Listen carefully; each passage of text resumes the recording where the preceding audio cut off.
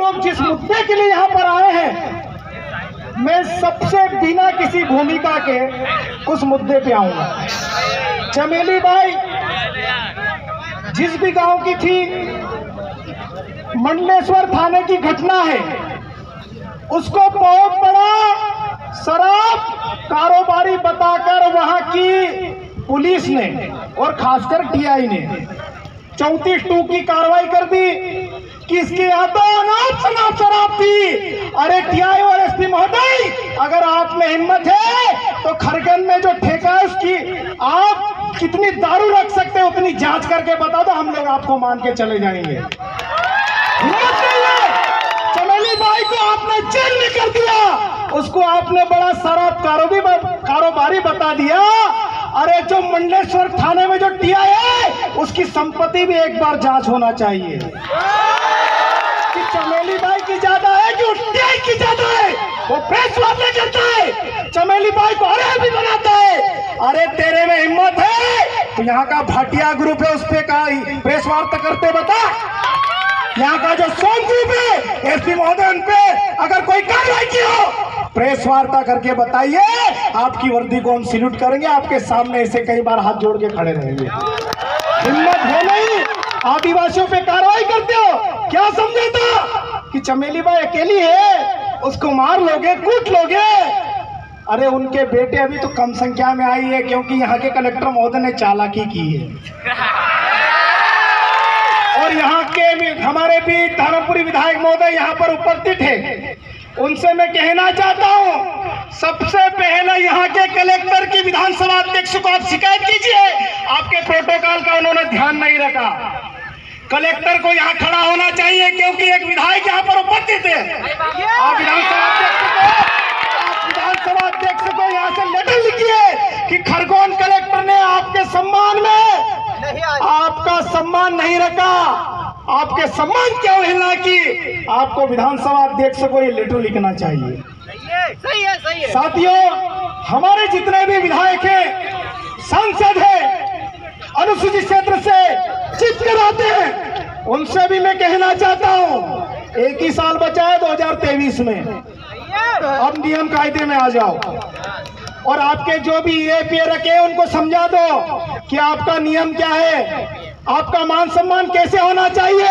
आपकी आगवानी करने के लिए यहाँ का कलेक्टर आपके समक्ष खड़ा होना चाहिए, लेकिन वो आ नहीं रहा है और उसको ये भी मालूम है कि पीले गमछे वाले हैं, उसके सवालों का जवाब दे भी नहीं पाएगा वो। और हो सके वो छुट्टी वुट्टी में भी चले गए और आ जाए तो मैं उनको साधुवाद दूंगा। आईएएस की पढ़ाई में जो भी इनको पढ़ना होता है पढ़ते हैं, लेकिन आदिवासी जो ये युवा तैयार हुए हैं इनके पास जवाब नहीं है, इसलिए भागते फिरते हैं, इनके पास जवाब नहीं है।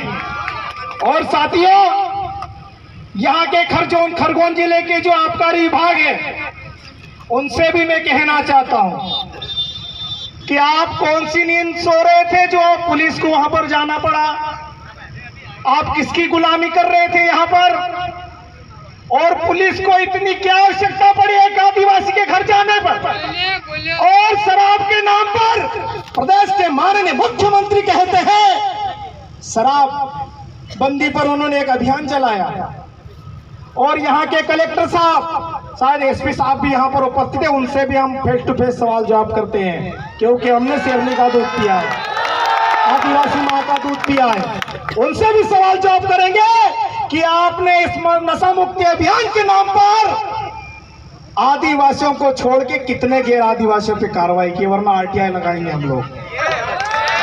साथियों, जब भी आदिवासियों की बात आती है हमारे लोगों को कार्रवाई के नाम पे, अभी वो हेलमेट के नाम पे हमारे लोगों को लूट रहे हैं। मैं माननीय सुप्रीम कोर्ट का सम्मान करता हूं, हेलमेट सभी को लगाना चाहिए, गाड़ी के कागज सबको रखना चाहिए, पूरे आरटीओ नियम के तहत सभी लोगों को आरटीओ नियम का पालन करना चाहिए। लेकिन ये लोग कार्रवाई किन पे करते हैं?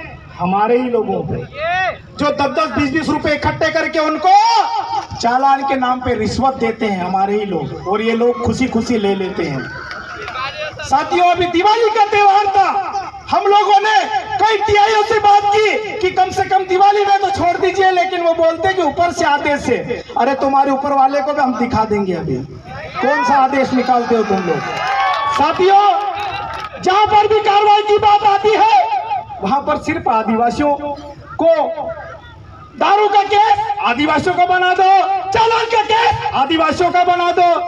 अरे हमको क्या क्या क्या कहीं घुंघरू समझ रखा, घंटा वंटा समझ रखा है, जो आए वो बजा जाएगा। साथियों, ये धारणा हमको चेंज करना पड़ेगी।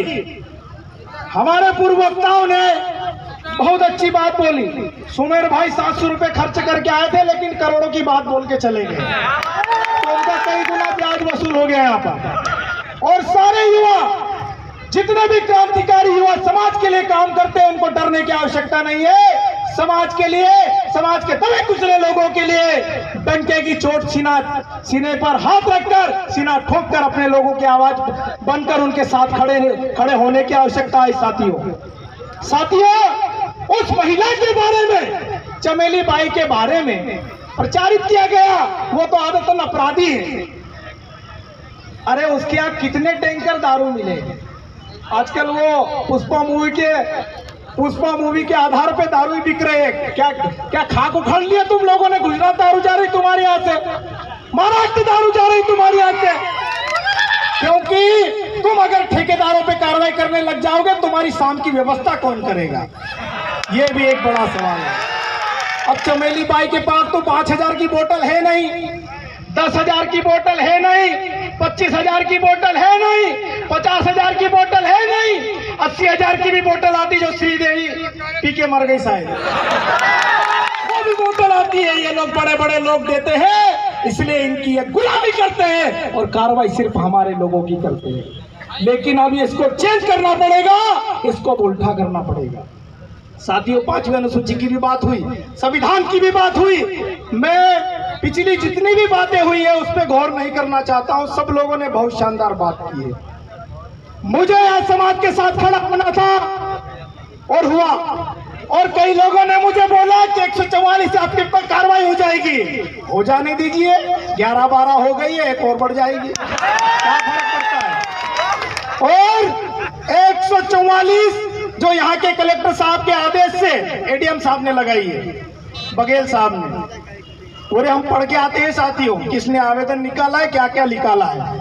और यहाँ पर प्रशासन के कई लोग सिविल ड्रेस में, पानी की जरूरत नहीं है, कई लोग सिविल ड्रेस में, कई लोग खुफिया रूप से हमारे बीच में भी खड़े हैं। खड़े हो जाइए, उनकी ड्यूटी है, हम उनको भला बुरा नहीं कहेंगे। लेकिन आदिवासियों के